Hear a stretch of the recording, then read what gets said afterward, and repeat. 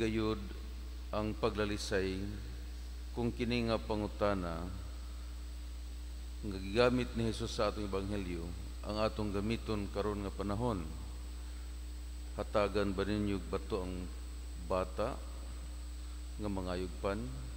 Hatagan ba ninyo bitin ang bata nga nangayog isda? Well, dili halayo kayo ang sitwasyon sa senior high school seminary karon nga halos ang ubano sa kasimisterya na makabayad, pila ka bulan niya kabayad, walay parokya nga mag-follow up, wala mo release ang budget, ang diocese, ang pare nga in charge, may reklamo gahapon. Kuman Lunes Padre, graba na amo kanon.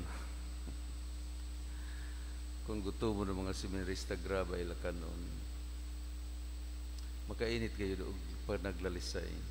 Pero kana mao ang punto ni Jesucristo alang kanato. Kung kita nga mga makasasala, muhatag og pan, muhatag og isda sa mga anak nato nga gigutom. Unsa pakaha ang atong Dios nga amahan nga naglantaw kanato. Muhatag gayud siya sa atong mga panginahanglan. Pero sa laing bahin sa mga kaigsunan, dili tanan nato nga gipangayo sa Ginoo iyang ihatag. Kay bisan kung ang usa ka butang maayo, kana nga maayo nga butang usahay dili angayan kanimo.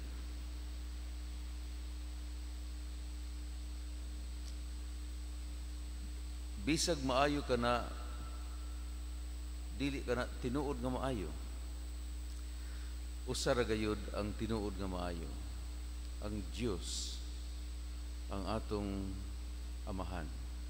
Well, kung mag-ampo kita, usahay makaamo kita nga, daghan kita gipangayo sa Dios nga dili gayud ihatag.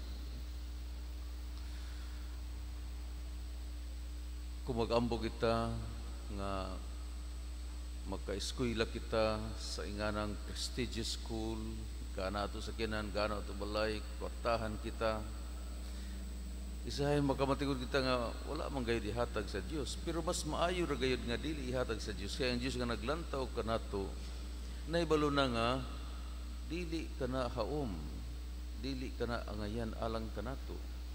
Hangtod nga bisan kung masakit kita, malipay mga Diyo kita na madazaw, pero makamatuod na iya manggihapon madazaw, wala may healing na nahitabo. Pero ang amahan nahibalo kung unsay makaayo ka nato.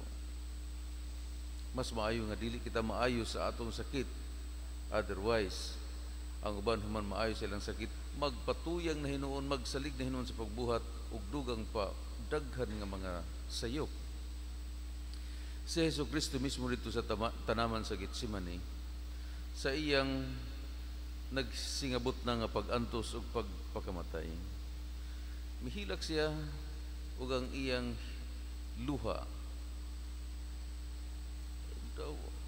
dugo na, apil ang iyang singot dugo na, tungod sa iyang kahadlok ni ining panghitabo. Hangtod nga nakasingit siya, Amahan, palabyan na lang kining kupas sa kasakit, pero dili ang akong pagbuot mao'y matuman, kundili ang imuha. Ingana usab mga kaigsunan ng atong pag-ampo.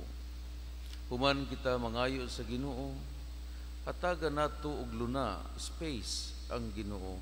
Dili ang atong kaugalingon pagbuot may matuman, kundili ang pagbuot lamang sa Dios. Kay ang Dios Amahan maghatag kanato gayud sa atong basic needs. Maghatag kanato sa mga maayo nga mga bertud or maayong mga pagtulunan.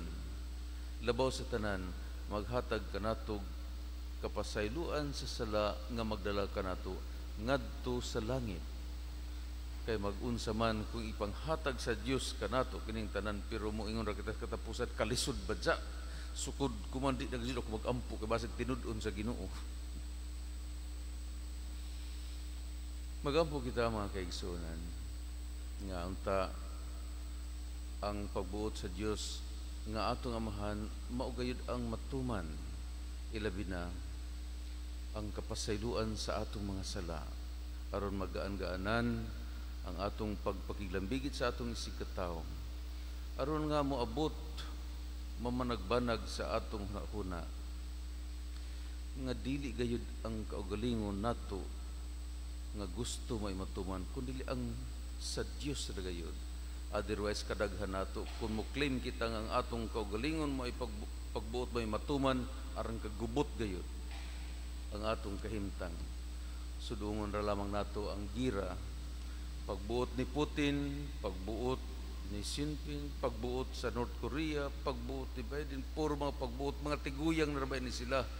Noagi na mga, noabot na sila mga second childhood, senility, nagbinata na hinuoy mga tiguyang. Kaya sila may bayo, daghay madamay nga mga inosente. Kung wa matigulang, diha pa mga nga bata. Ang pagbuot sa Dios may matuman mo pa atong ampuon sa matag adlaw. Karon man indog kita atong ipadangat ang atong mga pangali.